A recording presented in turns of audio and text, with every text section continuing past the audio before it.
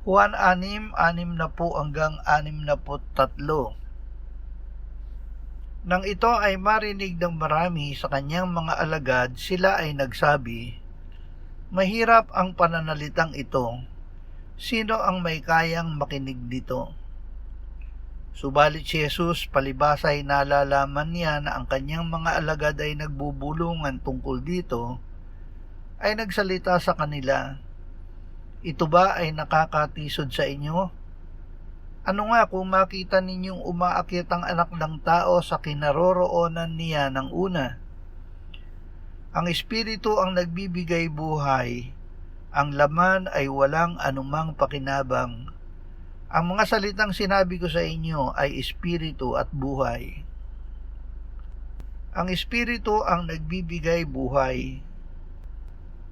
Upang lubos na maranasan ang buhay na espiritual, dapat nating aminin na walang mabuting bagay sa ating laman at itigil ang pagtitiwala sa sariling gawa.